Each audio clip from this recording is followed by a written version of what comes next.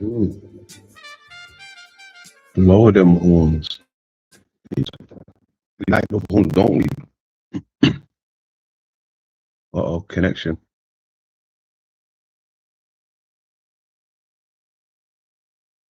Connection, check, check. You're he. Seems like it might be one of those days.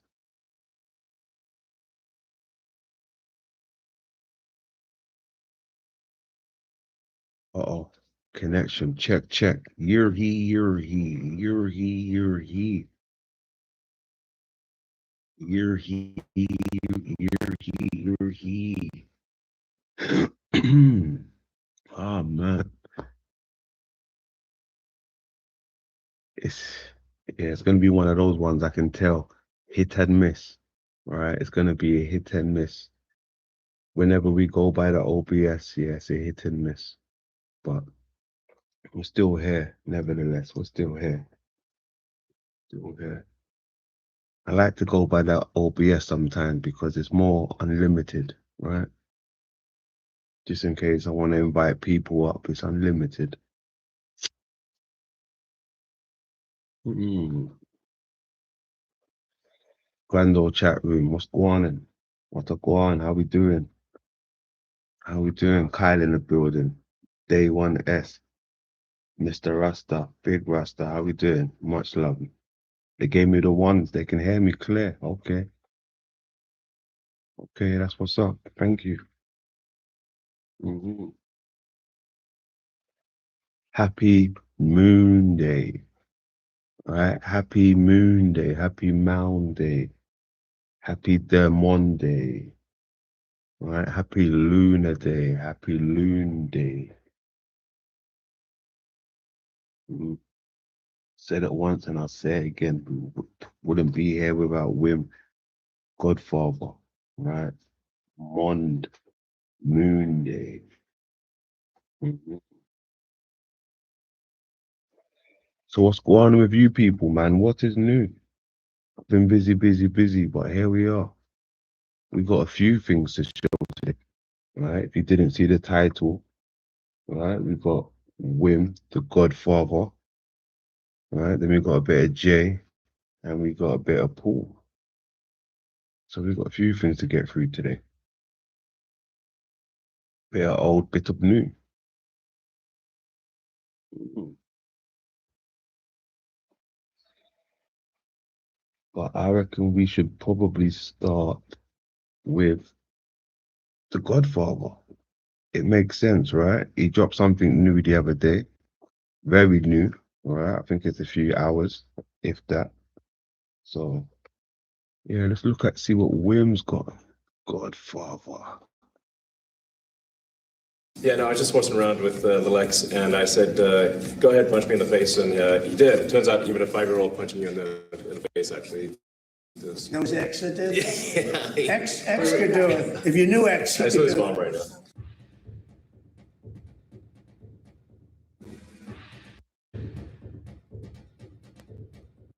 Hey, what's going on here, Wim? You show me them eyes. You show me them eyes, man. Hey, I'm liking this already. You know me and the eyes. I'm liking the eye theme. Janice.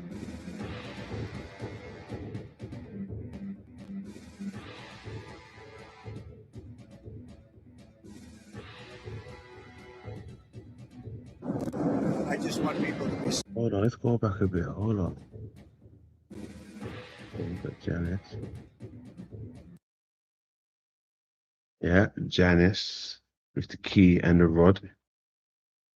And if you look closely again, Janice representing the moon. Yeah, I've said that before. Janice plays a big part with the moon. Head backwards. That's a symbol for the moon. Head backward. Two head facing backwards. That's another representation for the moon. Janice. Oh man.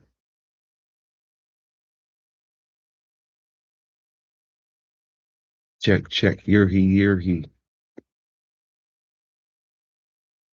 It's cracking me up already. I can hear it. It's cracking me up. All right, let's see if it lets me go through again. Where was we?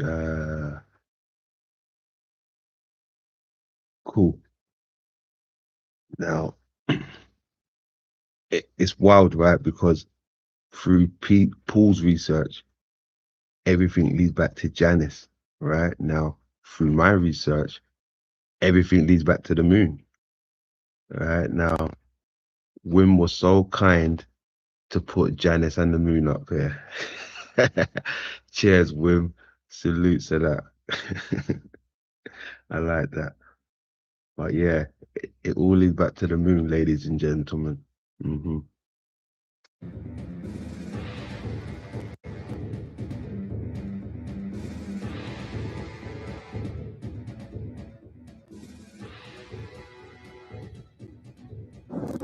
I just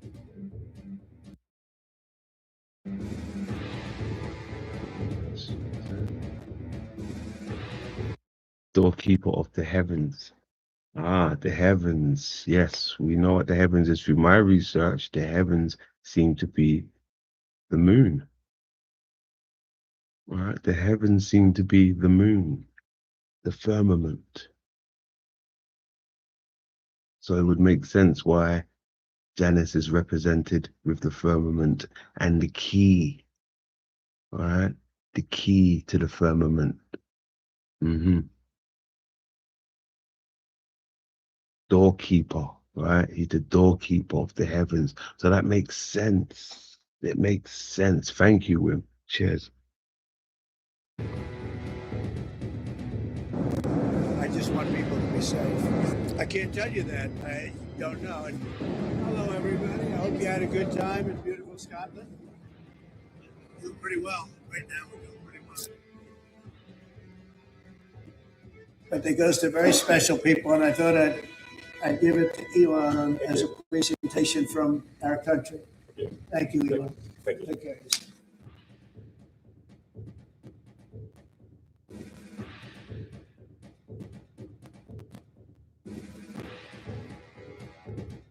Get to once again embrace this great lineage and once again be named the Secretary of War and the Department of War. What a title. Be named Secretary of War, Department of War. Is that a proud title? Secretary of War. What's your title? Secretary of War. Secretary of Defense. Like, what are these titles? Look at that. What a title. Secretary of War. Jeez.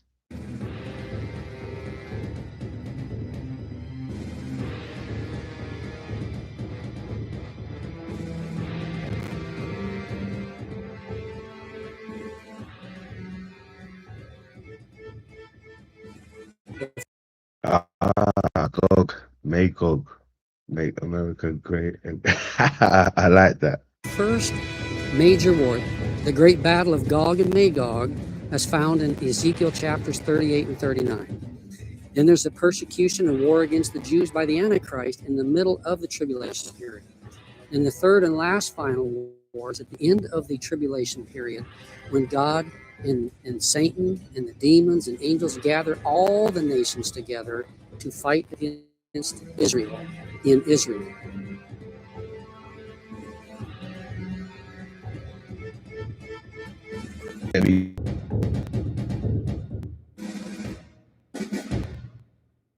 We know what our goals are. Oh, man. And the Bonnet Creek swamp. So one thing we don't need is a fence to protect us from trespassers. Right now our plans include an airport of the future down here in Osceola County.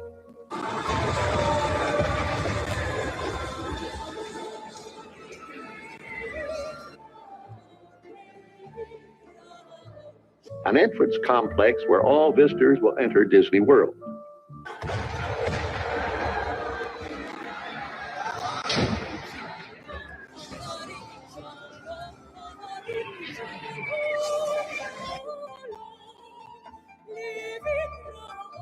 An industrial park area covering about 1,000 acres.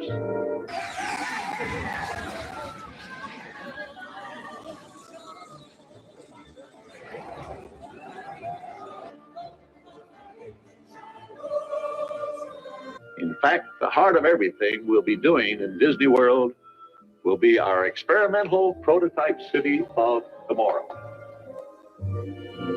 We call it Epcot.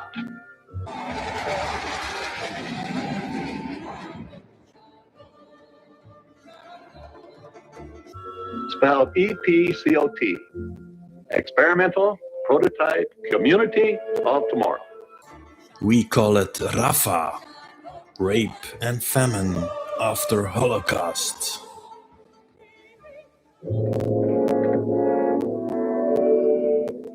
Epcot will take its cue from the new ideas and new technologies that are now emerging. Show a lot of workforce housing. We think this could be done in 2-3 years. We've already started removing the rubble and doing some of the demolition. And then New Gaza. It could be a hope, it could be a destination, have a lot of industry, and really be a place that the people there can thrive. Employment opportunity for there, and be a lot of people opportunity to do. Say, my God, what is that smell here? Is that the smell of Goyim? You have these comic duos. In Belgium, you have Gaston and Leo. In the Netherlands, for the children, you have Bashi and Adriaan. In the Americas, you had Abbott and Costello. And of course, Laurel and Hardy.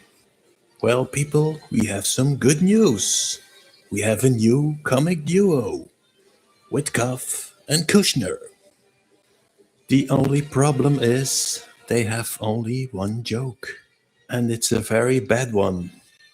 Prolong every armed conflict endlessly. No wonder the Donald wants the Peace Prize.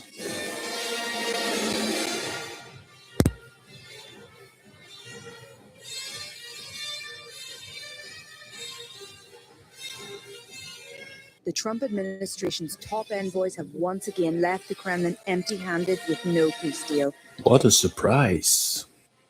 Look how happy Putin is. Wasn't it America that started the war against Russia? When you take a look at the master plan of Gaza and the master plan of the Ukraine, it's not about peace, it's about feeding the beast.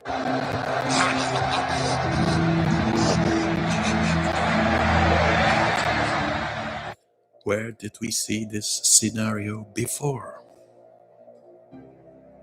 The Germans and their collaborators deported roughly 2.7 million Jews and others to killing centers in German-occupied Poland. At the largest of the camps, Auschwitz-Birkenau, transports arrived from all across Europe. Why do you transport your victims to a place far away? Maybe because it is sacrificial ground? Let's have a look at the front line in World War I. As a child, I used to see the silhouette of a head in the map of Belgium.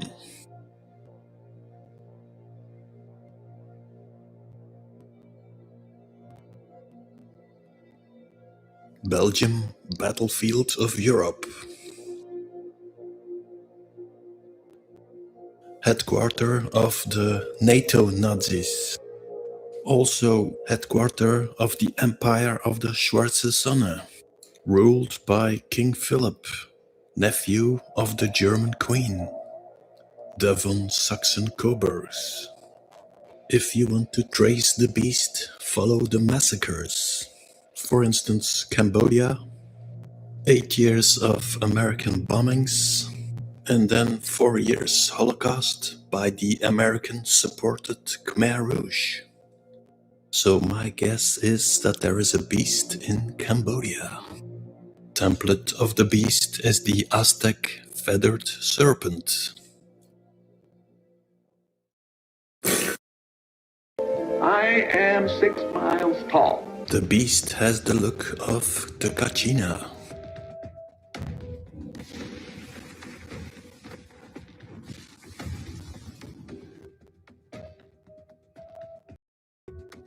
The beast has the look of the Kachina.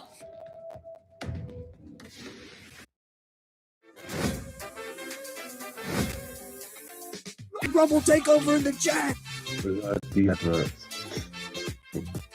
I appreciate all of you guys.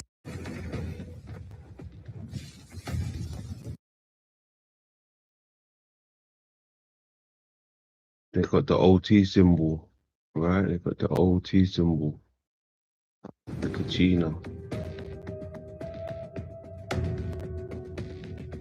Remember the 4 horsemen or the 4 horsemen. The horseman with the human face is Amset. The beast. Oh, for Itai, okay. The horseman as the horseman, okay. Okay, I like that. Is made from 4 horsemen. Where is the location of the Horus of Babylon? The city of London. London is packed with football stadia. Football stadia are oscillating copies of the head of the beast. My guess is that London is a center of ley lines. Think acupuncture. Now start surrounding the head of the beast with oscillating copies. There's something to do with London, right? Especially England itself, you know, not being a part of Europe. It's like it's its own moon. Might check. It's coming back crazy. Oscillating copies. Through the ley lines, you get a transfer of energy. English football is watched from all over the world. All these extreme emotions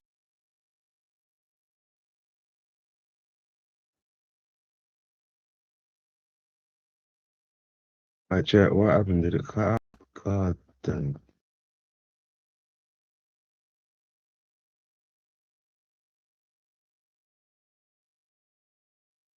me a sec.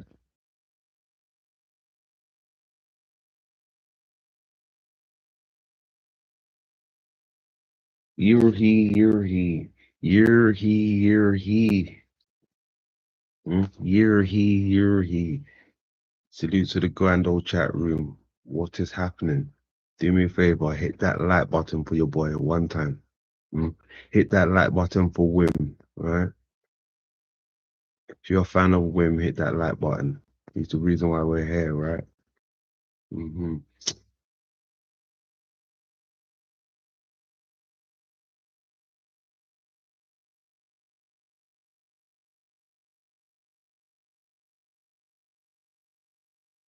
theater, you hear the word Theos, which means God in Greek. Isn't it strange that the gods are asking to make a building? They even are giving you the right measurements. So let me recapitulate. You make an exact copy of the head of the beast. You create an event that triggers the highest emotions. Through the ley lines, you harvest the energy. Purpose is the resurrection of the beast. Looking for the God particle might be seen in... I'm pretty sure we are back at the myth of Osiris. Give my creation life!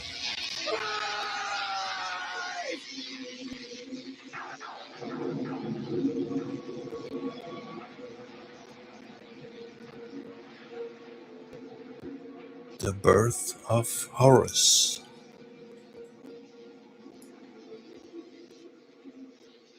For the next topic, we have to go into the sexual education. In the center of our crater, we have Mount Meru. Uh-oh.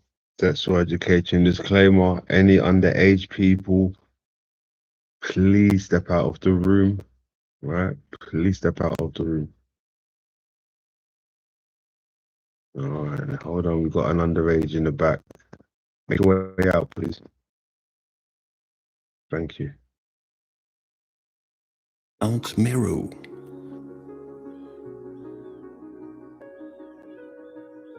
Mount Meru has the shape of a vagina, just like a baseball field.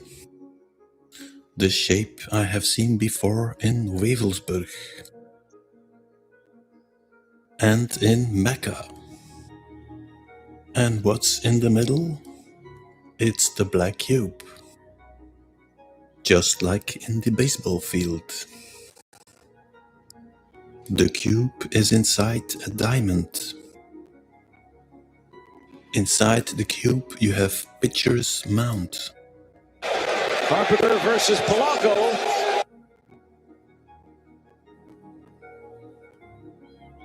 That's a strike! And he's out! Set dismember.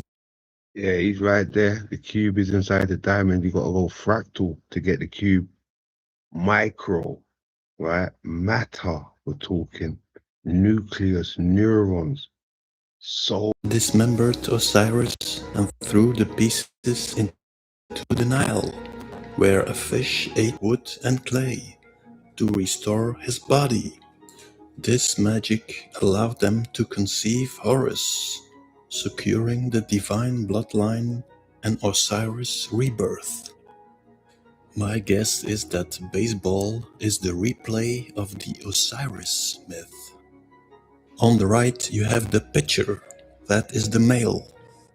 On the left you have the catcher, that's the female. The ball is the sperm. In comes the hitter. The baseball bat is the phallus of Osiris. The hitter has to go around the cube.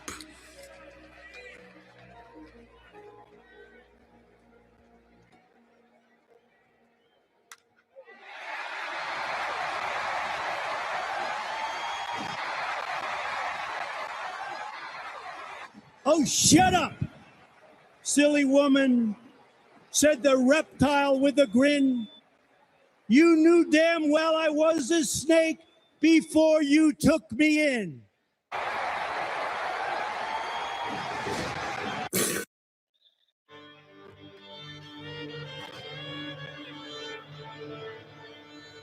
The rituals then start with Tawaf, the circling of the Kaaba 7 times. Pilgrims then travel 7 times between the Safa and Marwa hills. Then worshippers descend on Mina, 7 times again. Just like where they spend the night praying. In the morning, Muslims head to Mount Arafat, where the Prophet Muhammad gave his final sermon. They then reach Muslim, where they collect pebbles to symbolically stone the devil, represented by 3 walls known as Jamarat. Finally, pilgrims return to the Kaaba to circle it one last time.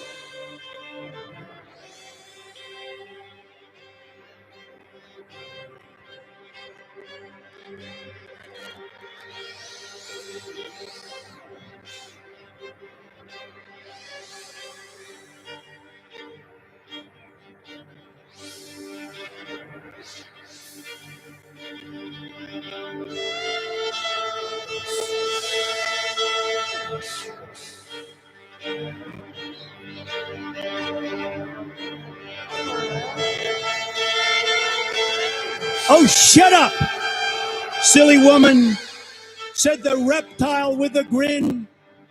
You knew damn well I was a snake before you took me in.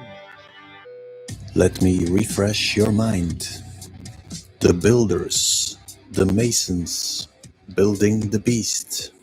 You have three orders: Knights Templar, Knights Hospitaller, Teutonic Knights. Knights Templar, kings and queens. They want to be entertained. They built all the sports arenas, also the entertainment parks. The Knights Hospitaller, the priest class. They want to be worshipped through religion. Mecca, Rome. Then you have the Teutonic Knights, the military. For them, it's about blood sacrifice. The Aztecs follow the massacres. It's my impression that something far more bigger is playing out here. And the Dome of the Rock will on Rumble. Stream 24/7 with your favorite live streams, viral videos, live podcasts, and exclusive be at the center of it.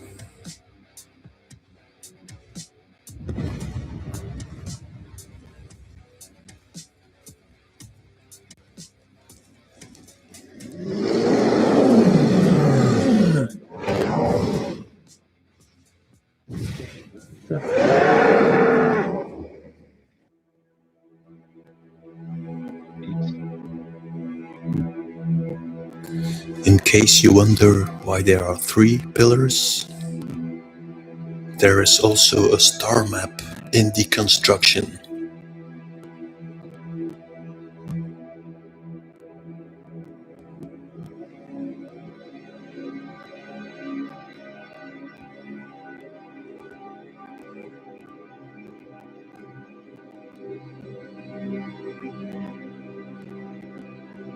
Now, if you look at Orion, you will see that it has a phallus. So my guess is that the original name of Orion is Osiris. And the original name of Sirius, our crater, is actually Isis.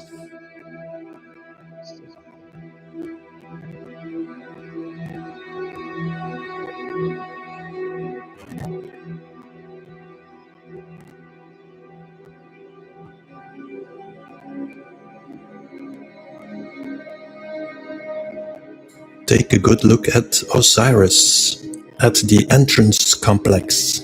What you see is the missing phallus. In come the builders. The first builder was Isis.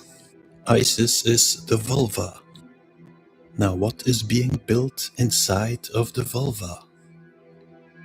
It's the cube. So this means that the cube is the phallus of Osiris. How do you create the phallus? Well, it's about radiation, oscillation. Through radiation, you transform the sperm of the humans into the sperm of Osiris. Out of the body of Osiris is born his reincarnation, the resurrection. He will receive the crown, and we will call him Sire. Now imagine the bloodline of Osiris has no phallus. What are the chances that a story like this gets out of the White House? 0.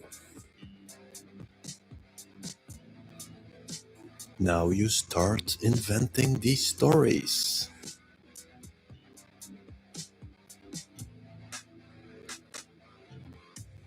What is more important than your good name?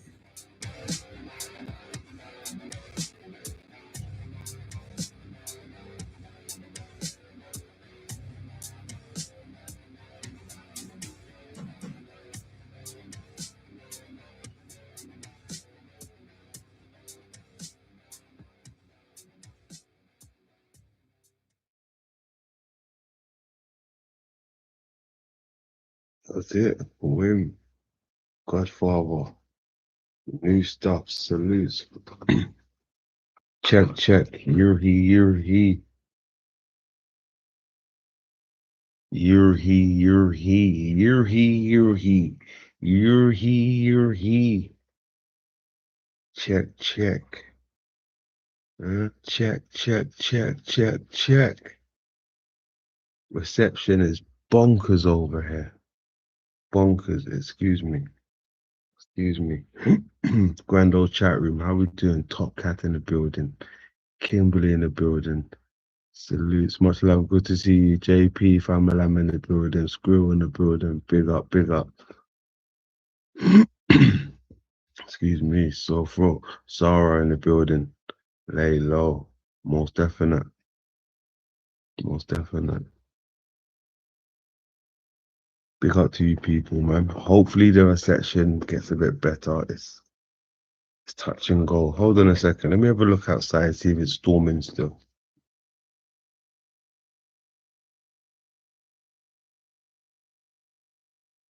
It's a bit calmer.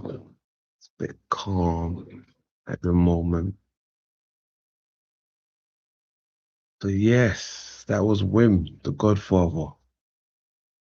Crater Earth, Wim, God give Lemster. It's always good to see some new material from him. Always a pleasure. He's the reason why we're here, or at least I'm here. You know, food for thought. A few gems here and there. And that's what we're here for, right? That's what we're here for. I like the gems. I like new stuff. Right? I really do. I like new stuff. Well, I never forget the reason why I'm here. The Godfather. Right? Maybe some of you also. I don't know, but I can only speak for myself.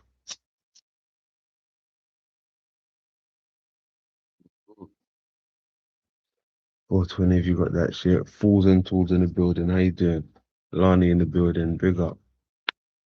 Big up. So, where are we now? Okay, we're here. Let me get my bearings a bit. Let me get my bearings.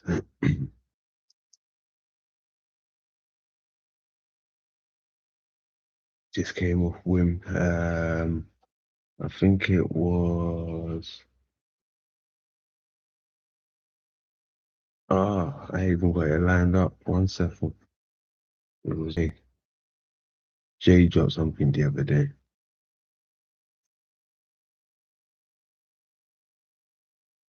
Give me a second, folks.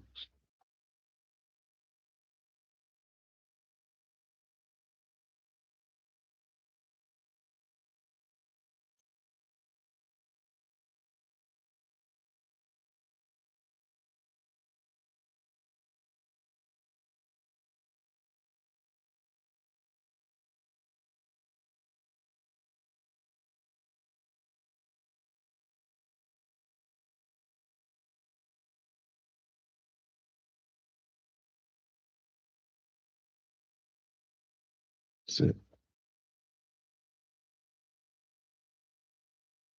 There we go. Couldn't find it for a second, but I've located it. So let's get back to business.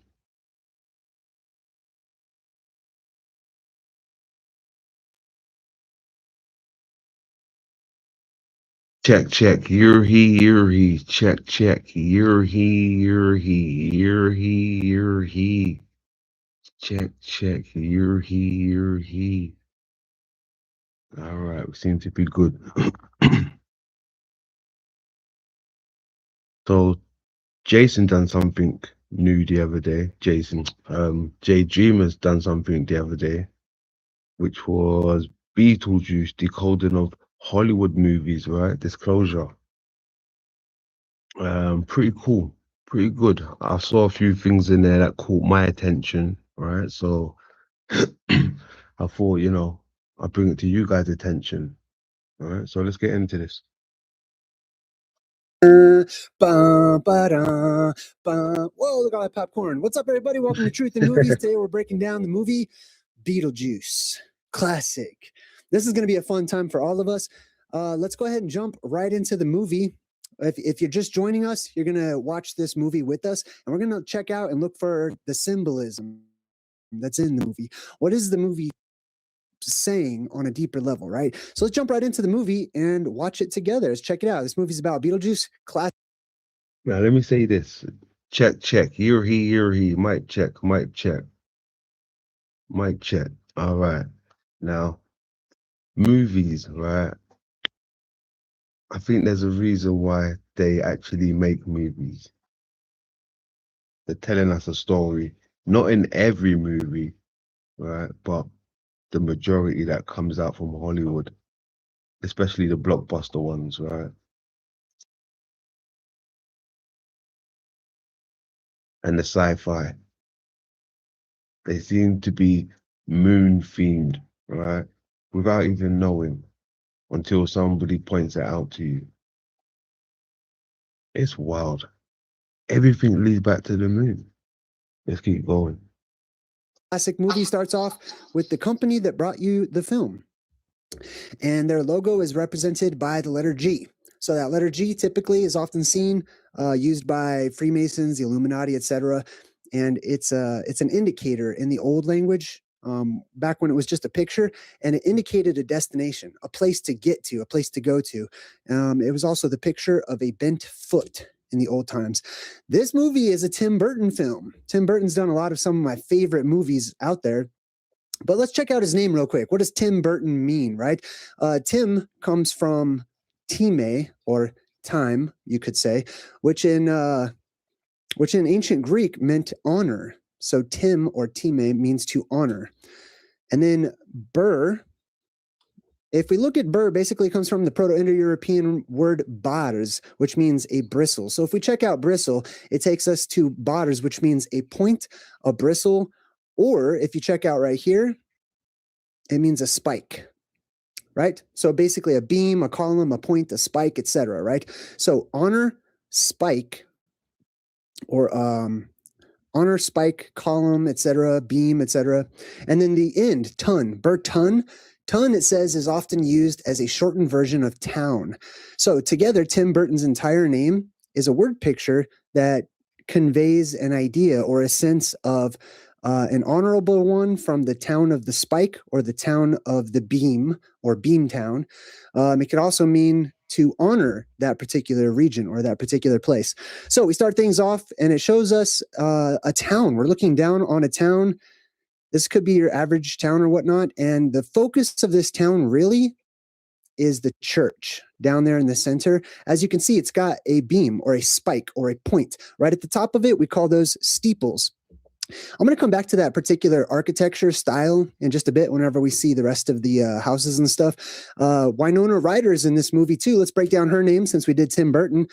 Winona comes from the Dakota language, and it means firstborn daughter, or a female who is firstborn. So we have this firstborn attribute or symbolism. And ride, or rider, just means a person who does ride, which means to be carried on, as in horseback, to move forward, to rock, to float. That's an interesting one, right? So firstborn of the floaters, firstborn of the riders, also reminds me of Riders on the Storm. Of course, that is an indicator of those who survive the apocalypse, or those who enter in from another world during the depressurization of our world, whenever we go through that polarity shift. All right, cool. So here is the steeple with the church and a graveyard right across the street. It looks like a real place, but this is actually just a tiny little model. They're showing us the microscopic scale. So it helps me out when I watch these movies to think of the symbolism in terms of scale. Are they representing something that is on the mesocosm, which is what we're normally used to, the macrocosm, which is much bigger and greater, usually above us descending downwards, or the microcosm, which is usually seen as like the microverse. Ant-Man is a good example for like the microverse. And you see the steeple on top too. Yes, Jay, exactly. It's a play on things, right? I've been speaking about it. How small are we really? Right? How small are we really? Better yet, how truly big is this place that we call Earth? Right? What is this place? The scale must be out of this world, literally. It's wild. But yes, it's a play on things, right? The microcosm is us. It's us. We are the bug's life. Ha. Many people may have wondered, what is a steeple even for? What is it good for? You may have gone to church and asked some people. And I've asked hundreds of people just to see if they knew or even had an idea or something. Why is there a steeple on the church? It's because it's basically a gigantic lightning rod, right? So you'll often see this type of architecture during the times whenever our atmosphere was more energetically charged and there was electricity abundant all over the place. The ether was much lower down to the ground, and people would put these lightning rods or make their structure of their buildings more pointed, lots of points and spires and rods and beams and stuff. And that was in order to keep the massive thunderbolts of the gods from coming down and destroying that particular area. Now we go to the main character's house on this model. This is not a real city, it's just a model of one, but it looks like one, right? And you can see this house is on a hill. It's a huge house at the very top of a hill on this city. Symbolically speaking, this represents Mount Meru. Yes. Excuse me. Mount Meru. Yes, it does indeed. The middle of the world, as we've talked about many times. The White House almost always represents our world on the microcosmic scale, symbolically speaking, right? Whenever we see the White House, basically it represents our entire world because the outside of the house is white. That's because our covering for our world or the sky is traditionally seen to be like a solid ice kind of a color or a white color, typically. Yeah, that's one of the reasons why they call it the Oval Room as well, right? The White House has got the name of the Oval Room, right? The lighthouse is the White House, right? The oval shape, right? And then we see the lighthouse is the White House, but the Oval Room in the lighthouse, in the White House, right? It's for a reason.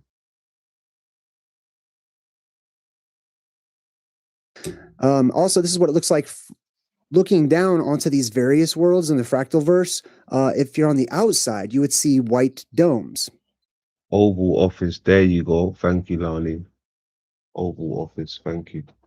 Or it could look like a crater depending on your viewpoint, but you would see white from the outside. On the inside, it's a dark city. On the inside, it's a covering, so you just see the blackness. So that's the black and white symbolism, which is going to come up in this movie too. Also, on the very top of this house, you see a spider.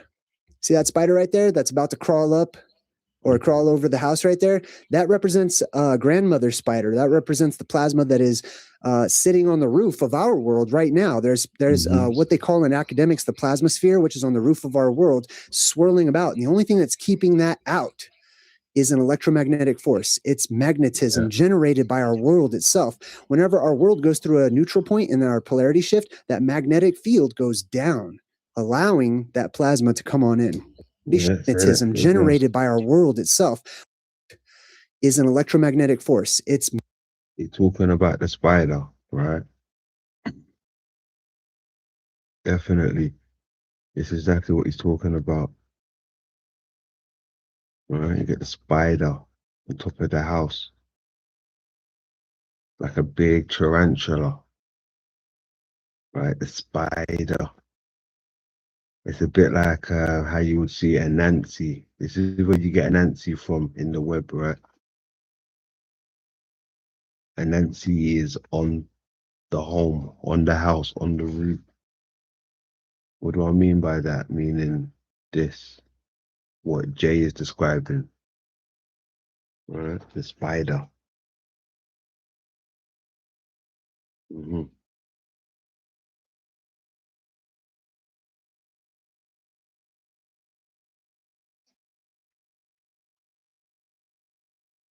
But not only that, right? It what they're actually describing and what they're actually showing you is two different things, right? Like, look at the spider. They're showing you the spider, first of all, right? Meant to be a Nancy, but there's a reason why it's happening, right? The solar winds, right? The solar winds. This is the reason why it's happening, right? The solar winds, so they say. Now, let's look at it from another view, right? This is what they're showing us. Right, now pay attention, because it looks so similar to something else, right? So you got the barrier, you got the solar winds coming in from this way, right? The solar winds. But you have to pay attention to the diagram, the image. Look how the earth is placed, right? Right in the center of something. It's it almost looks similar to Orion.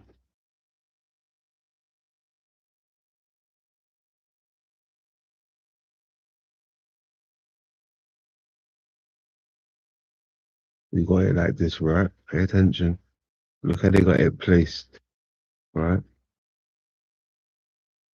Look how they got that shit placed out here. And the stars apparently around it, right? Look at the image. And you look at this, right?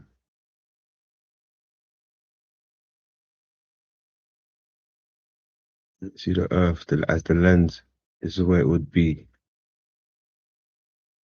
Covered in the lens, right?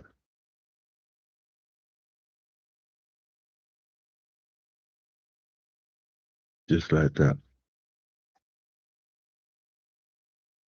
This is what they're showing you, right?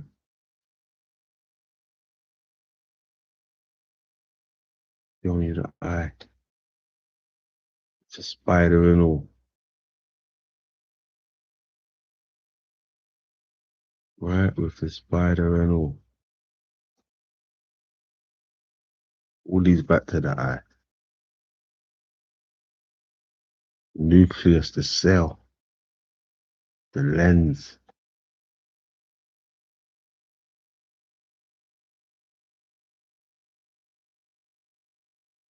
Magnetism generated by our world itself. Whenever our world goes through a neutral point and then our polarity shift, that magnetic field goes down, allowing that plasma to come on in the form of spiders and other serpentine types of symbols. But a magnetic field. What's that telling us though?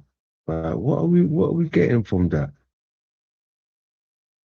If the solar winds are coming from this direction, which would be, you know, our side, it's meaning something's bad for the lens, right?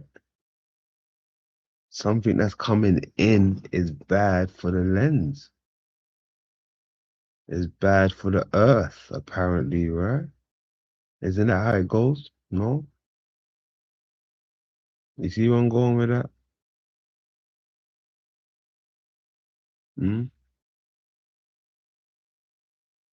Crazy.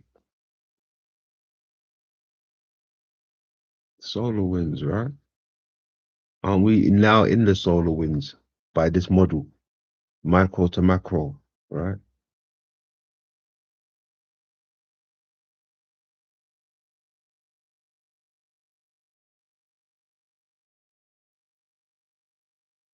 Goes down, allowing that plasma to come on in the form of spiders and other serpentine types of symbols. All right, so one of the main characters, he grabs the spider off of the model and he takes it over to his window where you can see the actual real place, right? So here was the here's a little church or whatever in the model, and then he took the spider off, and then he like throws it right at the exact same place where it basically just was in the movie. This is funny to me just because they're like 3-4 stories up or something, just casually tosses it like he's saving it. But that's really interesting too, how far objects. Hold on a second. That's quite hilarious actually. But yeah, you think he's saving it, but he threw it off the side. Give me a second, okay? It's quite interesting actually. The same model was there, right? The same model was there when he turned around and threw it. It was the same thing. Where have we seen something like that? Hold on a second. Since it's Moon Day, you know, shouts out to the boy Lizzo. Lizzo gave me something the other day. Truth in movies, right? So yeah, let's go back to this real quick. Tosses it like he's to me just because right at the exact same place where it basically just was in the movie. Right back at the same place where he was in the movie, right? They do that quite a lot. I've noticed that. I didn't understand, but now I understand. Right? Now I understand. They take you back to the origin of, you know, where it is. First they show you something that looks trippy, then they take you back to the origin of what it is. Right? I see, yeah, I've noticed that. Right, cool. So let's take a look at this truth in movies, right?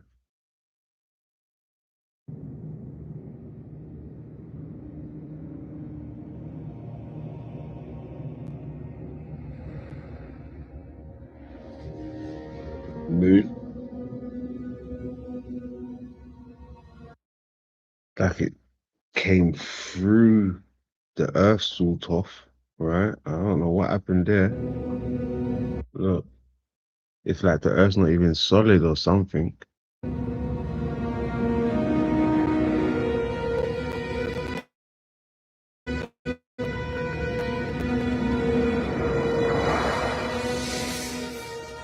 Look, back through the earth, right? Back through decal, right? See through decal. Ooh. Look at that. Back to the lens, back to the eye, right? Back to the telescope, back to the lens, yeah? Don't say I don't give you nothing. Salute to Lizzo. Look at that. Yeah? Moon, lens, lens, moon. All right, let's have a look. Look, went through the earth. Look at that. It's like some organism. Then back into the scope, back into the lens. Look, back to the origin, right? Like I said, it takes you somewhere else, then back to the origin, ladies and gentlemen, boys and girls.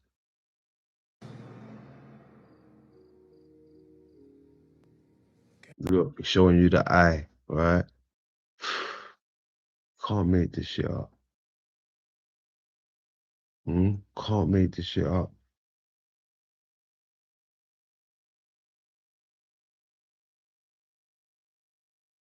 Use me while you've got me, right? You can't make this shit up. It goes right back to the eye. That's what they're showing you.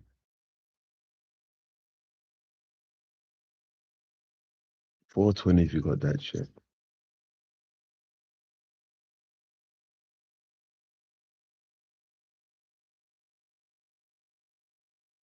This is funny to me just because they're like 3-4 stories up or something, just casually tosses it like he's saving it. But that's really interesting too, how far objects or specifically insects and animals and stuff, the smaller they are, it seems like they can fall further without being hurt. You know what I mean? Which we'll talk more about whenever we go back into gigantism and how falling was a huge danger to the giants because they're so big. All right, now we meet our two protagonists. These are the lovebirds who are on vacation in this town, and they're sort of, spicing up the place or whatever. You can see the models in the background over there. And if you take a look, you can actually see their house on the top of this huge hill. This is the original house on Haunted Hill, basically. Let's see if I can get in there close enough. It's really hard. I can't really do it. But the model's up on this huge hill. This is their house. Really hard Haunted Hill. Look, you can actually. You can't skip over the fact that he's top that he's wearing, right? The sweater or jumper, whatever you want to call it, but the checkerboard, right? As a symbol for Mount Meru, the checkerboard floor, right? Standing on the floor, standing on a mountain, right? So there you go, in plain sight, Mount Meru. Kissing the girl, yeah? Actually see their house on the top of this huge hill. This is the original house on Haunted Hill, basically. Let's see if I can get in there close enough. It's really hard. I can't really do it. But the model's up on this huge hill. This is their house right here, the White House, as you can see up on the hill. And it's up on top of that hill because it represents Mount Meru, basically. All right, now they go out to get something and they have to cross this red covered bridge. Do you see there's a little dog back there? There's a little puppy. See him right there, that little puppy dog? So this puppy dog is going into the red bridge and they're going to like swerve off to the side to try to avoid hitting this dog, and they crash right into this red bridge. This bridge, symbolically, and every bridge in the movies, is a place of crossing. It's a place of transition. That's why they have to die on this bridge right here. It's a place where you cross over from one realm or one reality to another. Damn, he said that's why they have to die on this bridge. No. It could be from the living physical world to the spiritual world, or it can be from a physical world to another physical world, to another realm, another place of existence altogether. Pardon me. And then specifically, this whole red part was a prop that they put over this bridge. They wanted the bridge to be red. It had to be symbolized by that red color, which represents the red plasma that swirls around over our world too. All right, so they crash through the bridge. They fall down. I think it's interesting that they have a yellow car too. Now I took a look at this car, and let me zoom in on this bumper sticker that they have. If we can read it, it's really hard to make out, but it says, it's upside down, and it says, "I brake for animals." And sure enough, they did brake for animals. This guy right here, who's totally fine, they crashed over and died, basically. This for read it. It's a few things. I like this. This part here was quite juicy, right? It's quite juicy. Connections, dots. Now, the yellow connection, first of all, right? The yellow connection. I've seen a lot of these celebrities, right, rocking this yellow, right? A yellow theme going on, right? The yellow theme. All in the yellows, right? The yellows, especially Michael, right? The yellow theme.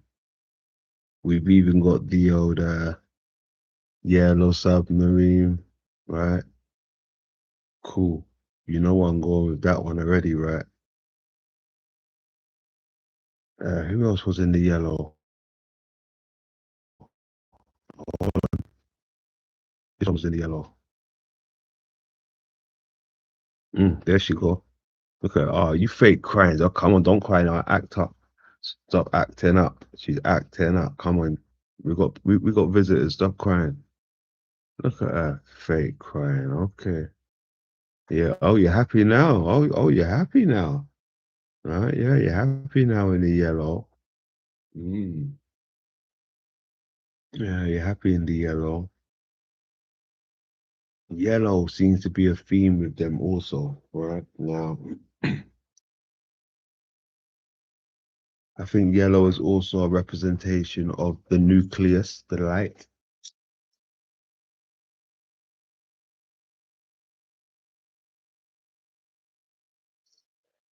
He's around when the capsule was there, right? You know the capsule already. We're inside the capsule. And once again, you have Katy Perry with the nucleus. Right, with the nucleus. This flower represents the nucleus. Right, the yellow.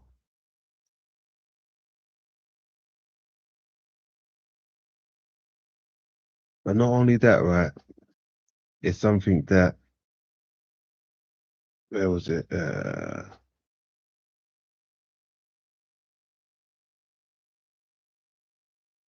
It reads here, right? Jay's going to read it again.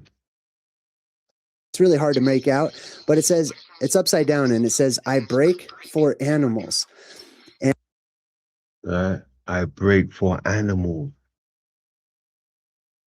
I break for animals. Did you hear that? I break for animals. Right? That's them trying to get into the nucleus where all the cells are. Right? They're trying to get into the cell box. Where do we see that?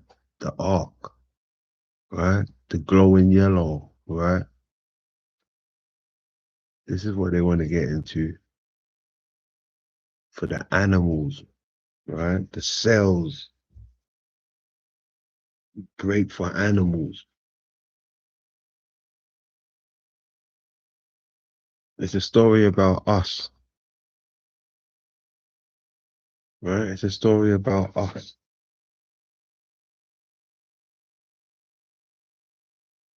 Great for animals, right? Okay.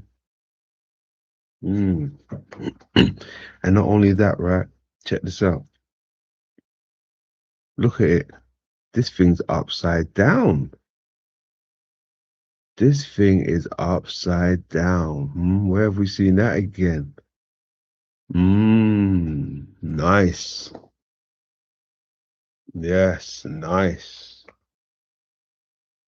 Upside down. We like that. There's a few connections there with the Beetlejuice.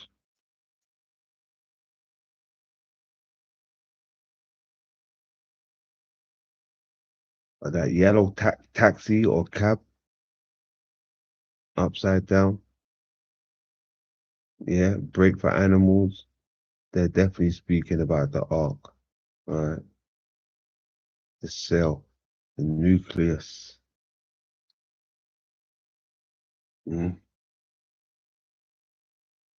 Tree of life, the life.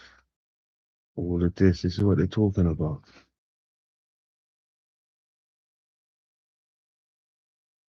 And sure enough, they did break for animals. This guy right here, who's totally fine, they crashed over and died, basically. So they're instantly transported back to the front door of their own house. And they've got memory problems trying to figure out what happened, how did they get back home and stuff. But the first thing it shows you is this cuckoo clock, which is really interesting that they chose to zoom in. When they zoom in on stuff in the movies, I'm paying attention to what it is because it means they want your mind to remember this, symbolically speaking. The cuckoo, we'll just go over this real quick because we've talked about the cuckoo and the chicken symbolism and stuff time and time again, and how that represents the sound k, or cha or ha. It's all kind of stems from a guttural ancient sound, and it represents this, the ancient letter het, which is where we get our description for the number 8, because het was actually the 8th number in the alphabet, or in the alphabet. As you can see, the number 8 looks kind of like in this side over here. It kind of looks like a ladder or something, but over time that number actually flipped around. So if you take a look at the ancient version, it looks like a Roman numeral 3 or something with these 3 beams shooting up. There's a ground level and there's a sky level with 3 beams shooting up to the top. And then over time it started changing. Look at the Egyptian version of this symbol.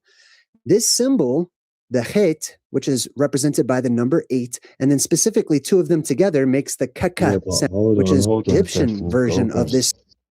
Because look at even the Arabian one, right? That's like the trident. You could say that's like the trident. So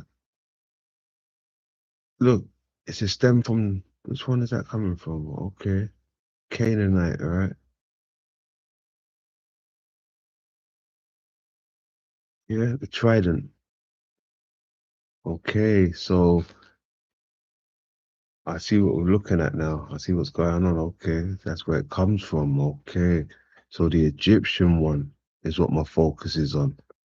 Let's keep going. Symbol. This symbol, the het, which is represented by the number 8, and then specifically two of them together makes the kaka sound or the cha-cha sound, right? Which also gives us the number 88. And it's the 88 symbolism that represents time travelers or space travelers or people who are going from one reality to another reality.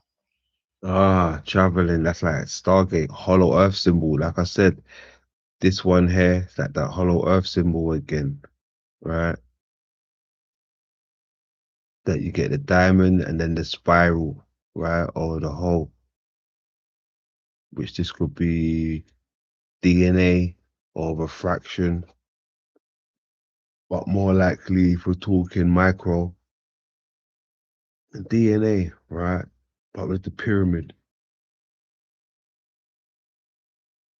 Most definitely. Oh, where did we see that? Hold on a second. Okay, yeah. Hollow Earth, exactly. Okay, now check this out. Hold on a second. Give me a second. What's this?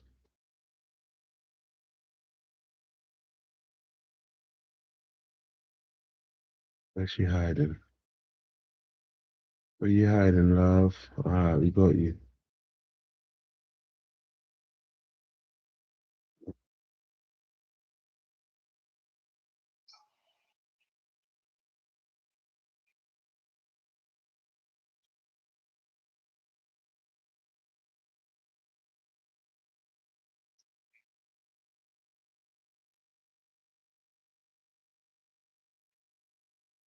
Like that symbol there, right? This symbol ties in with the hollow earth symbol, right? Cellular, inner, right? The more you go in, you're dealing with cellular, right? Fractal. This one right here, the spiral, diamond and the spiral, right?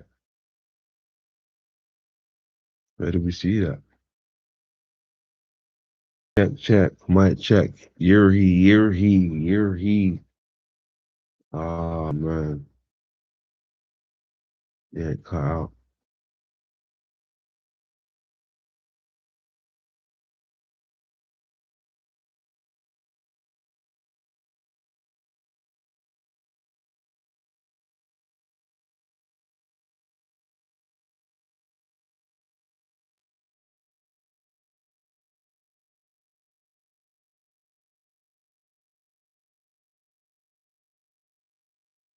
Check. You're he.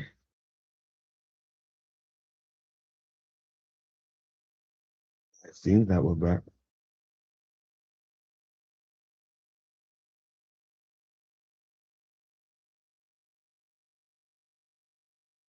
Alright, let's go. So what was we looking at? This sign right here. The 8, the infinity sign almost, right? DNA symbol. This sign connected to hollow earth. Seen it plenty of times, and I've said it plenty of times. We're talking cellular.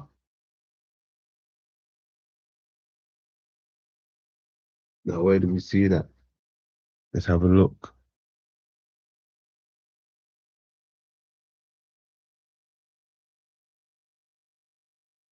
Now, this is one of Katy Perry's videos, right? I want you to pay attention because it begins with going into the globe, right? The snow globe, right? Pay attention. Going over the head, right? They're showing you the head. They've even got the part in the head, right? But first of all, they're showing you the head. Then you see the globe, right? At the symbol again, look at the symbol, the pyramid and the zero above. I've shown you that with mother. Right, we've seen that. Hold on, for those of you who don't know. Let's have a quick look at. Right.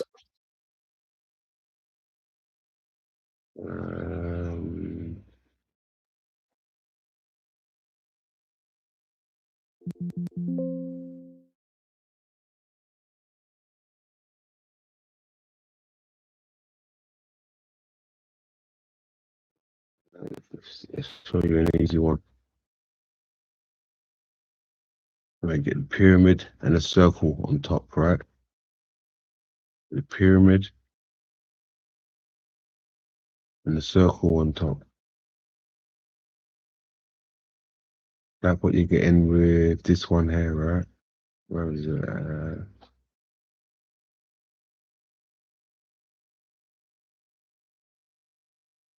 In the pyramid, there's a circle on top. Again, right? Hollow earth. You're going into the construct, right? Into the construct. Into the globe.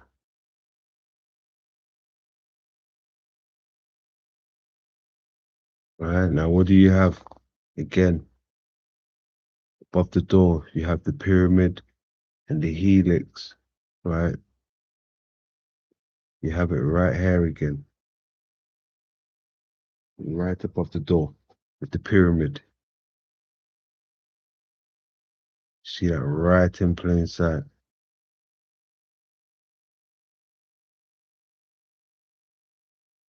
So it's in everything they do. All right, take you right through the holes. They take you through the holes, micro to macro. Right, you've gone through the globe and go through the peephole. Go right through the iris. In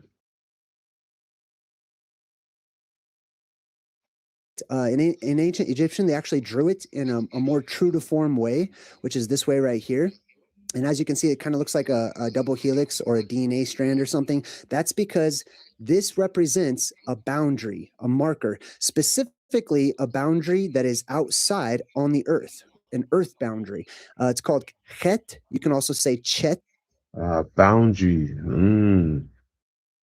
Boundary, okay. With the concave system, that's a boundary. Layers, right? Layers, boundary. As well, and it means a fence or a border or a boundary, specifically one that is outside. It can imply a wall and things like that, but what the reason why this is important is because up there towards the lands at the North Pole, they saw these sky beams that were plasma basically swirling up into the sky, and those were the pillars of Hercules. Those were the markers. Those were the boundaries that separated some other type of realm, some otherworldly place to the mesocosm where we live, the place where we're used to living, right?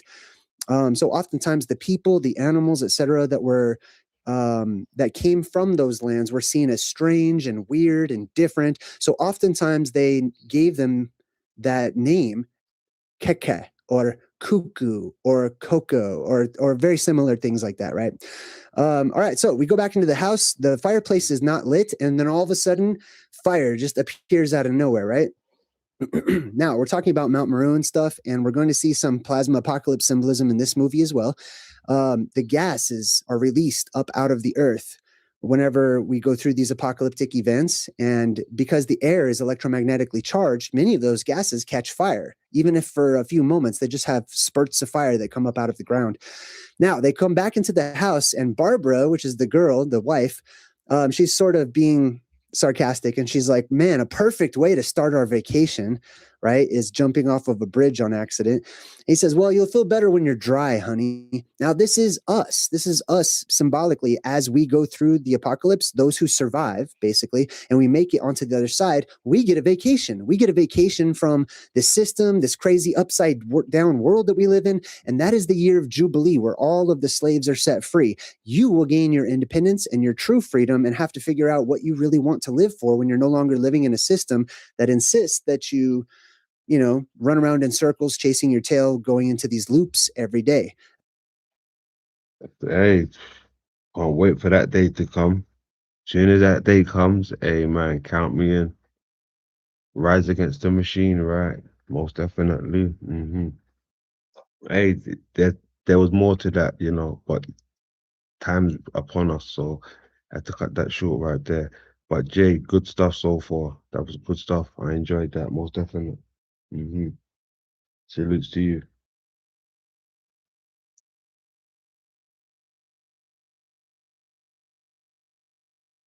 So we are going to finish it off with some Black Sheep Researcher. He dropped something new the other day, and it's entitled Be Quiet.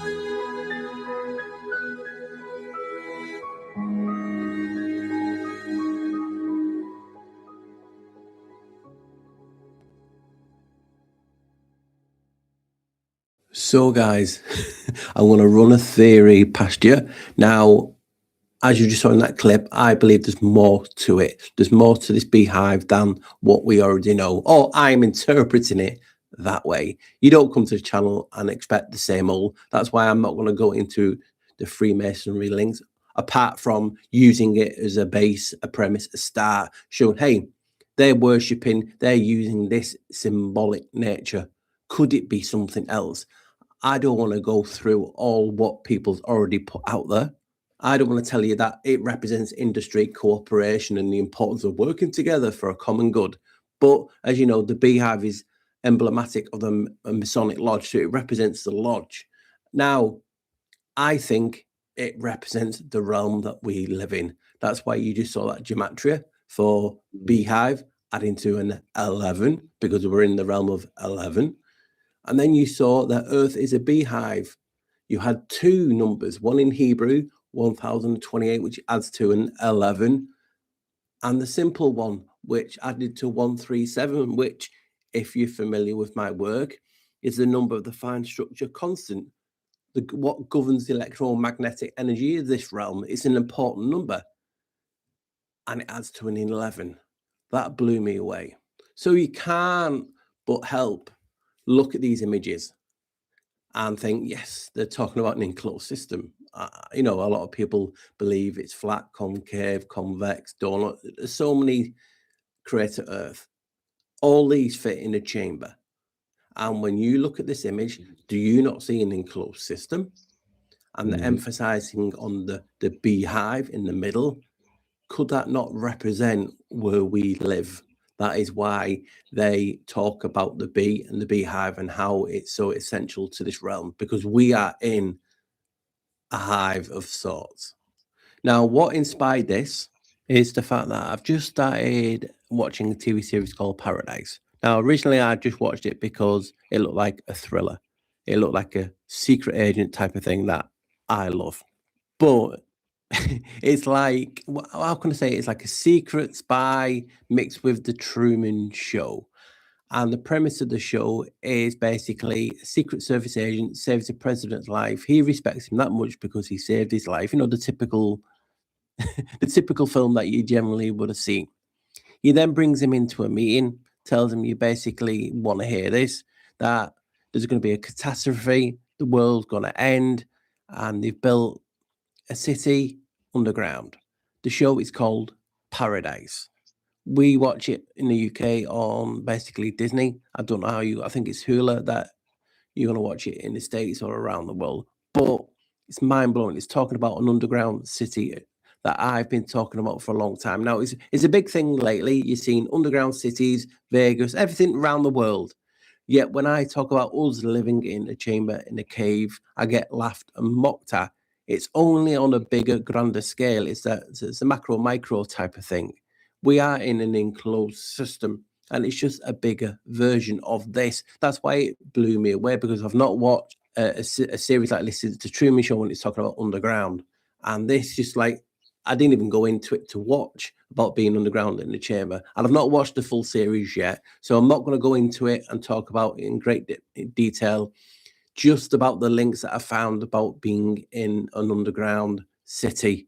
And I'm going to show you a trailer and quickly talk through another one, because I had to cut the sound because it would have done me for copyright. So here goes, guys. And remember, the premise of this video is called Be Quiet. Now, bees, yes, be quiet, is the community wanting me to be quiet. They don't want me to talk about this topic anymore. I've been blacklisted and I've been marked to spam all out social. Hey, I love it. I want you to keep talking about it. I mean, this is, a little crossover into some of the stuff that I've been looking into with the nucleus, right? The bees, the nucleus. So this is brilliant stuff. Keep going. Well, social media, they're trying to shut me down.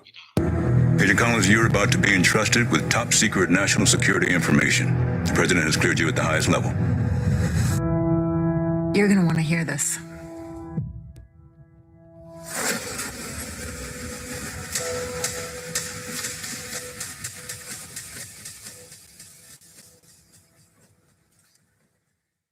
So you're watching this show and you think, hey, there's something feels off, and it's showing you back in flashbacks and different things. And in this scenario, he's basically goes out, he's looking around, and then this is where you take that you're in an enclosed system, and it does, the panning round shots, and it basically falls into your lap that you're at underground, under the Rockies, and now you're looking at the artificial sky, the artificial sun, like the sun simulator. I mean, just look at the line. That reminds me of the Sun's Analema, The Path. And it does remind you of basically the Truman Show. So this is where you first come into the topic of you're underground, you're in enclosed. That was crazy. Take that back. What? Look at that. Look at the mechanics. That is crazy. See why you run with the cave. The Path. And it does remind you of basically the Truman Show. Look at that. So this is where you first come into the topic of brilliant. Of you're underground, you're in an enclosed system. Basically, the macro micro thing that I've been talking about, that we're in an enclosed system, just on a grander scale. And the series just fell into my lap, and I'm like, damn, this is what I've been talking about. This kind of thing that we're living underground, and the links with bees and beehives, which I'll get into. It will blow your mind, guys, but only if you have an open mind. So this show is about Elites, or Elshites as I call them, living in an underground chamber in the mountain. Everyday life is tracked. You have to wear a wristband. Basically, it's used for everything. Everything is tracked. They can find you anywhere, and it's used to pay. So all the things that's coming in now, basically, isn't it, that we've all been talking about. But I wanted to look at why did they choose to call this place Paradise, the TV series Paradise. Then I looked into the word and what it meant and was blown away. So here you go, guys. I'm going to show you what I found. And again, you will do the same as what I did. When you put them both together, that is. So did you know paradise ultimately comes from an Iranian word that the Greeks modified into paradisios, meaning enclosed park? So get that, guys. They call the show Paradise, about living in an underground chamber, and paradise means enclosed park. You can't get any more blatant and in your face than that. And I was like, no way. So in Hellenistic Greek, paradisios was also used in the Septuagint, an early Greek translation of Jewish scriptures, in reference to the Garden of Eden. Remember, I've done a video on that. Is the Garden of Eden in a cave? I showed you that. So everything is talking about us all being enclosed in chambers within the chambers. Early Christian writers also used paradisios for both heaven and for a place where the righteous souls would wait resurrection. These sense of the paradisios entered into Latin as paradisios, and then into Anglo-French and later Middle English as paradis. Though originally used in theological sense in English, paradise also comes to refer to a more earthly state and places of delight as well. That blew me away. So basically it means enclosed park, and the series is about being underground in an enclosed chamber. And when people have also talked about this place being in purgatory, hell, and different things, it's just another location, another chamber within a chamber, and each chamber has its own ethos. But you saw the bit where it's talking about awaiting resurrection. They talk about bees being souls, and that is the tie-in. So I was getting a feel from watching the show. So I asked this question, and you can see on screen, it's very small, but what I'll do is I'll split it up so you can read it at home. And this is what it says. So in the context of the 2025 hula thriller Paradise, bee imagery and symbolism serve as a subtle, layered commentary on the show's core themes of manufactured perfection, surveillance, and ecological collapse. So based on the thematic elements in Paradise, the symbolism includes manufacturing and control, the presence of bees and related imagery like hexagon, honeycombs, highlights the artificial nature of the Paradise environment. This echoes the show's focus on curated artificial world built to protect the elite from a ruined apocalyptic exterior. The hive mind, the characters within the bunker, particularly in their blind obedience or adherence to a strict controlled social order, act as bees in a hive, working towards a healthy yet sterile and repressive functioning of the closed society. And basically one of the leads of this world is the lady who built it. Again, like the queen bee. It's all in your face. So fragility and collapse, similar to the real world environmental crisis. The bees in the show symbolize the fragility of the Paradise ecosystem. The threat of the extinction acts as a metaphor for the impending jackpot or total breakdown of the society, where a small overlooked disturbance could lead to a massive irreversible collapse. Surveillance. The busy little bees metaphor extends to the surveillance state, with the characters often acting as drones or work as an assistant managed by a queen figure. And you know who that is when you watch it. In the context of the Met Police algorithm, or more broadly, the elite controlling the bunker. Environmental commentary. The show uses the loss of natural pollinators to hint at the broader ecological destruction occurring outside the bunker walls. And what's funny is they go on then to mention, hey, additionally, the documentary Secrets of the Bees, exploring the life and importance of bees, will be available on Hula in April 2026. It's just so ironic. So there you go, guys. That is just from basically looking at the word paradise, why they chose it to be enclosed. Then I got a feel of this and asked what was the connection to bees, because you don't see bees overall in the program so far. And they basically show you how everything is connected to the bee and the beehive and that mentality. And that's what I want to get at today. When you're in an enclosed system, they're saying you need this type of thing to run smoothly. So on with the video. Obviously, you smart cookies out there know I'm holding something back. the final reveal that you might be on the fence at the minute, and then when you see this last bit of evidence, not yet, you'll go, damn, why didn't you just start with that when you could have saved us some minutes? I like building up to it, guys. So I want to look at the bees and obviously the symbology to the souls and different things, because I believe it's in the context of what I'm trying to get at is there's more to the bee symbology with the Freemasons and everyone else in this realm, all the cultures, all the civilizations, that they're leading to this premise that we are enclosed rather than what they're saying. But it still leaves you with wanting more. So I thought, hey, let me just look at this bees a little bit more closely in regard to souls, etc.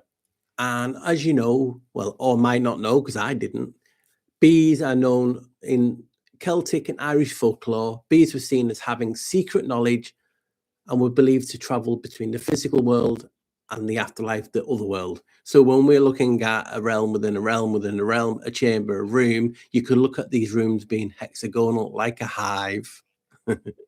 Get where I'm coming from. Embodiment of the soul. In Scottish law, it was believed that the human soul could take the form of a bee while a person was sleeping or in a trance. That's wow.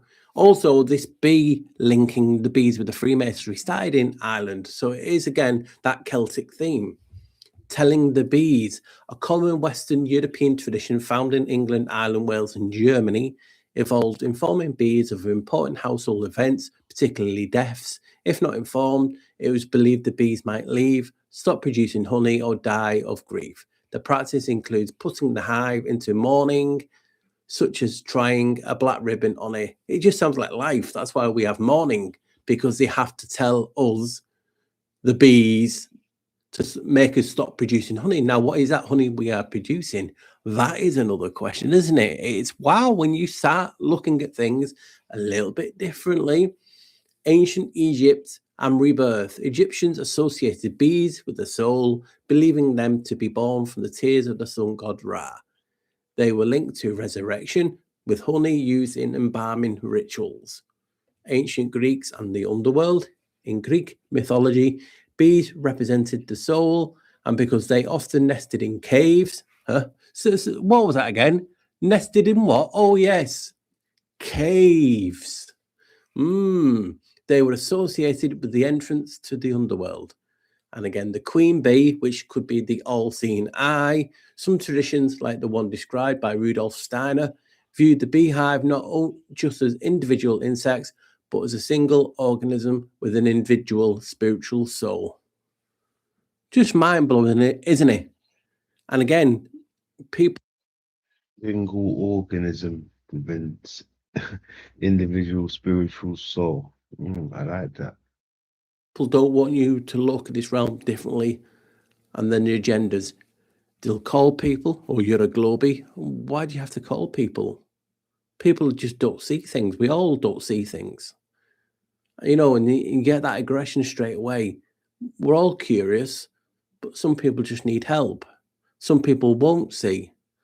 There's no reflection on them. It's just life. Some people will never see. But we should not get to this stage where we are ridiculing each other, because that's what we're doing in our communities. We're ridiculing people who have a different belief and a different thought process. Again, we're doing it to ourselves. So this is intriguing, isn't it? When we start looking, hey, this bee symbology that is used in Freemasonry, could it be that we are the bees, we are the bees in the hive, and the hive is a chamber underneath the ground? Wow. I think in the future, I will have to go back and revisit and look at bees in general in regards to civilization cultures, because there's a lot of fascinating things that I found looking at this. But I wanted to keep this video short and sweet, like honey, no pun intended, basically to show you this point that I've had in my head and all these synchronicities that's happening in regard to just starting watching that film series Paradise, it talking about basically being in an enclosed park and all those links, and seeing those masonry images of beehives in an enclosed system just had my brain racing to think, hey, I've talked about this place being like a cave within a cave, or in my old videos, like a Swiss cheese model. You know, the holes, the bubbles, and could it not be a hive? Could it not be those hexagonal shapes? And I'll show you something in a minute on that. Basically, being a realm within a realm within a realm. And when I was looking at this, these things are bees, and I showed you that beehive and is Earth a beehive, adding to 11, that in the UK, they don't use the traditional 10 frames. They use an 11 frame system to create a more compact brood nest, improving thermal efficiency and allowing for tighter spacing. This tighter configuration can reduce brace comb, as bees are less likely to fill the gaps with wax when space is limited. And then you look at that thermal efficiency, it's 89 to 92. In centigrade, it's 32, 33, which adds to an 11. And also, if I say Freemasons and 32 and 33, you would automatically think of the Scottish Rite, basically level 32 and level 33, the double-headed eagle. And I'm like, no way. So they're talking about in this country using 11 frames, like the beehive adding to 11, like you said at the beginning. And this, I was just blown away. And I've always known about what you call a collection of beehives. They're called apiaries. And this always made me chuckle because they try and tell us evolution, and we descended from apes and monkeys. And beehives are called an apiary. So I want to like maybe go into that in more detail in the future and see what links, because I automatically think of the Apis bull in Egypt and everything. It's like weird how these things are correlating. But there's another term, and the main reason I made this video, because it blew me mind. Why have the Freemasonry using beehives? And then I found this. So beehive in Latin means alvearium, bit like a terrarium, but alvearium. And what does that mean, Paul? Well, an alvearium is a Latin noun meaning beehive or a hollow vessel. Say, what?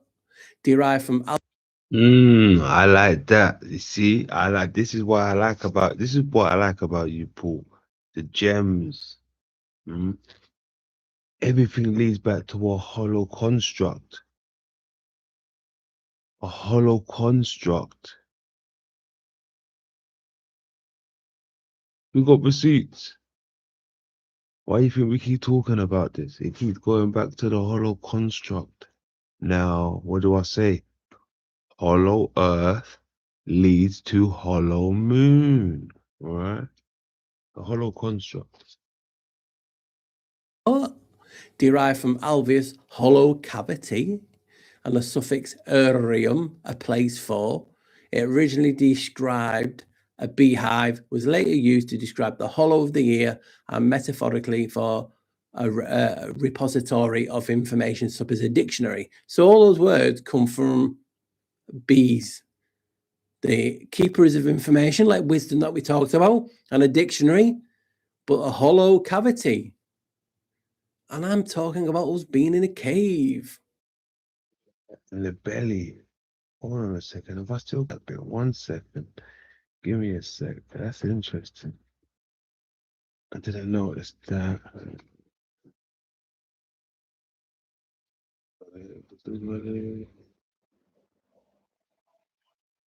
Okay, that might be it.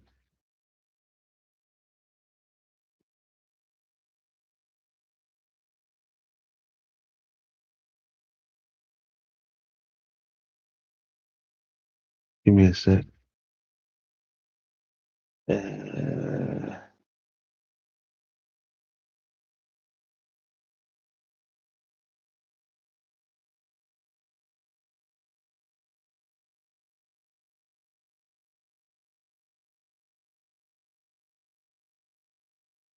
Oh, that's bellies, but it's still the same. Still bellies. It's bellies, okay, and the orbit, okay. Yeah, the hollow. Yeah, okay.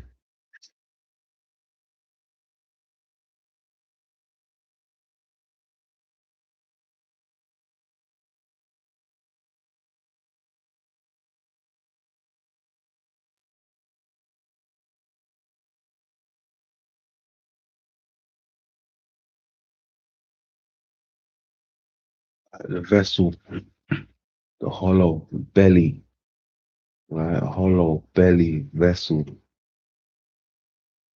The eye is also a vessel, right? The eye is also hollow and a vessel, right? Hollow and a vessel when it comes to the eye, right? But there's certain parts in the eye, right? That when you look close, right? Like we're talking about the belly.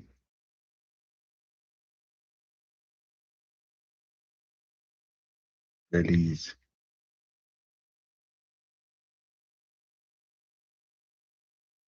All to do with the eye, the hollowness, the vessel.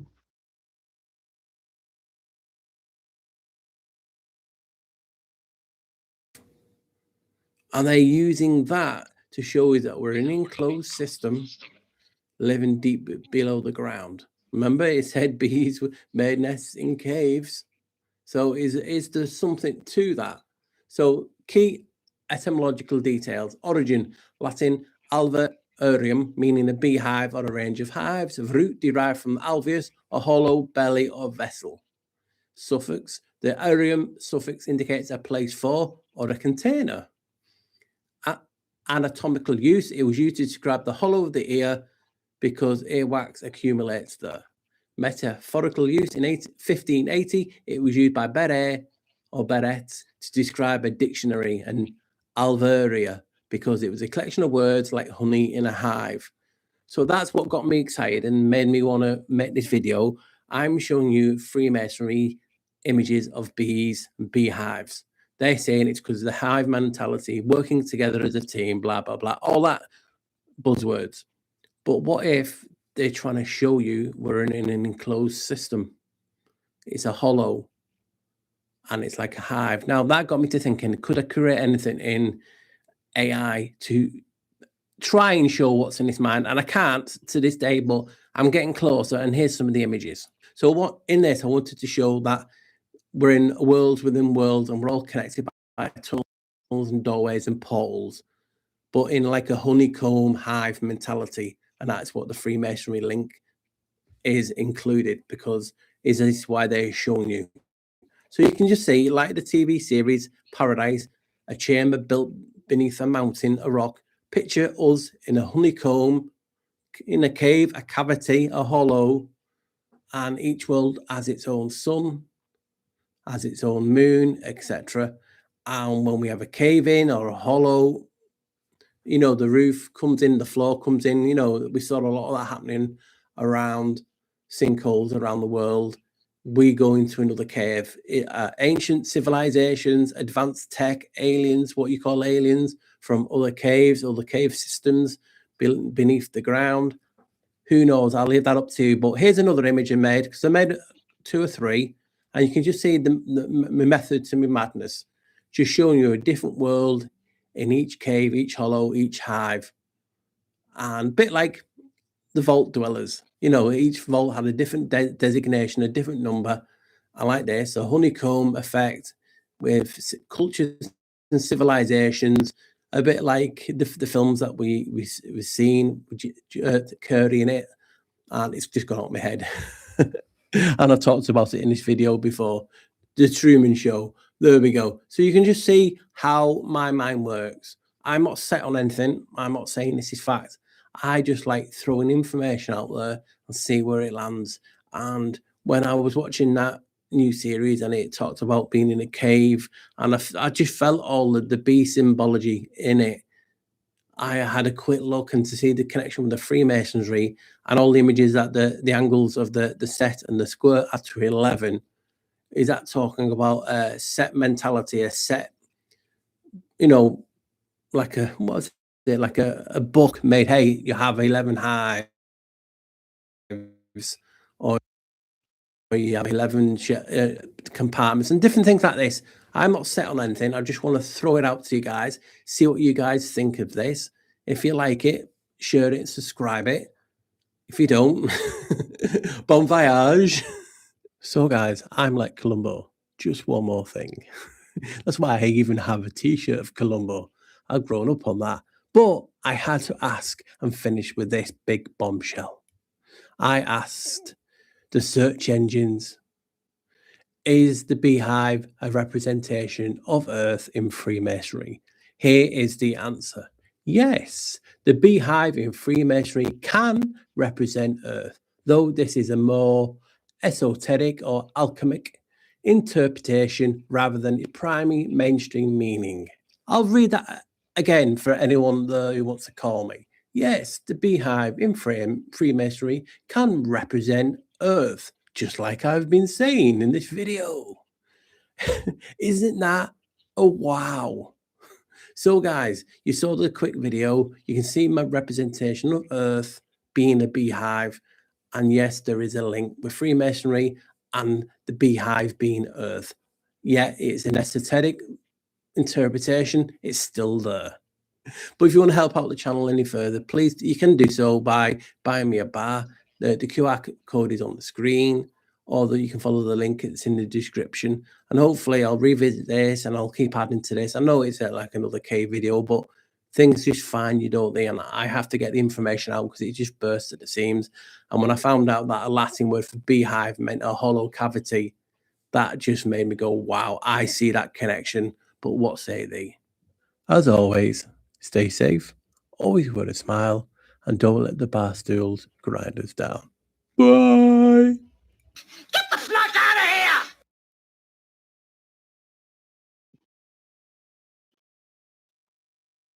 Hey, good stuff as always, Paul. Good connections, man. Most definitely. I see exactly what you're talking about with the beehive stuff. Most definite. Most definite. More gems, more gems. I like that. I mean,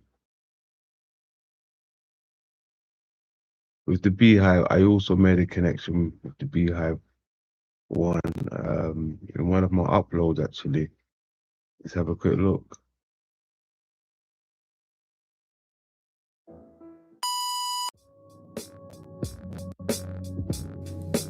This is the United States Capitol Dome, right? You can see the architecture. You can see this style of architecture the world across in almost every Capitol building. Capitol, caput, the head. The head of what? It is a head, it is a top over a place of power. Thank you, J Dreamers. I needed the head as information. Kaput, the head, a place of power. Now it makes much more sense. Here, let's take a look. Capitol, caput, the head. The head of what? It is a head, it is a top over a place of power. Brilliant. So the tiara is a representation of the Capitol building, and the Capitol building is a representation of the tiara. Wow. Mirroring each other. Back to the nucleus, the center of the capsule. You are probably wondering, what does the tiara and the Capitol building have to do with the nucleus, the center of the eye? Well, I've been telling you for a long time. Let's break down the word nucleus to give us some more information. The term nuke is short for nucleus, a colony of a few thousand bees and a queen. So the tiara is a representation of the beehive, the nucleus. Could they be trying to tell us it's a hive mind system? Now, the honeycomb portion, where the bees live and stuff, this gets more into my idea of the fractal verse. I believe that space beyond the dome, if you were to crack open the sky itself and look at what it really looks like, instead of empty black nothingness, it would be full. It would look like you're in a gigantic honeycomb with caverns and open spaces and huge magnificent places, and you would see the walls of heaven open up just like you're in a honeycomb itself.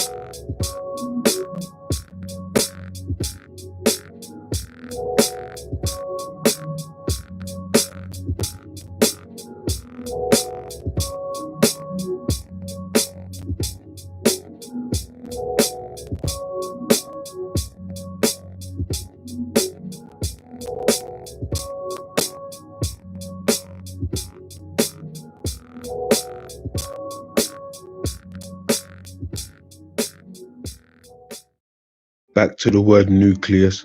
We already tied in the word nuke, meaning small colony of bees.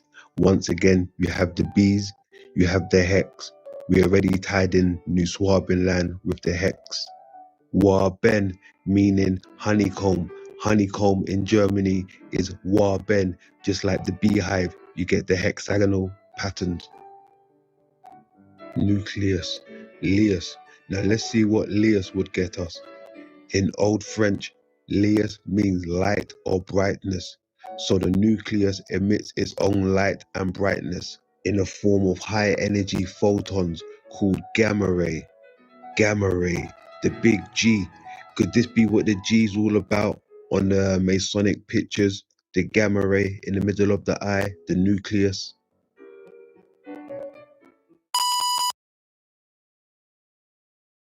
The bees construct their honeycombs with incredible precision, never covering the holy images. Why? Deep in Greece, near Athens, lies a beekeeper with a story that defies explanation. Isidoros Timonis places icons of Christ and saints inside his hives. And what happens next is astonishing. Faithful claim it's a sign of divine intervention. Scientists? Speechless. This phenomenon has persisted for over a decade, leaving everyone in awe. Is it a miracle, a mystery, or simply the bees knowing something we don't? The answer remains hidden in the hive. Do you think there's a deeper meaning to this? What holds the nucleus of the atom together? How does that thing stay together? What holds it together? They've been looking for what scientists call the nuclear glue that keeps them from flying apart. Well, now we know.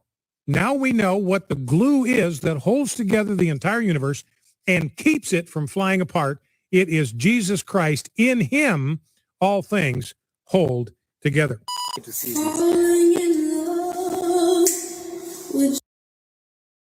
That there.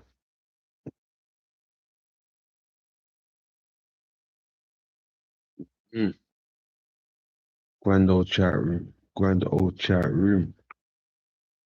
Thank you for coming out. It's been a pleasure rocking with you, man. It's been a pleasure. It's been a pleasure. We've had some material from Wim, Jay, and Paul. Good stuff. Good stuff. Salute to you folks on this moon day, Monday. Right? I'm pretty sure we'll do this dance again. But I need some rest, right? Let me rest for a while and then we'll get back at it. Until then, you know the motto, right? Look after yourself, love over war, lay low. And remember, everything leads back to the moon. Salute to the Godfather. Much love.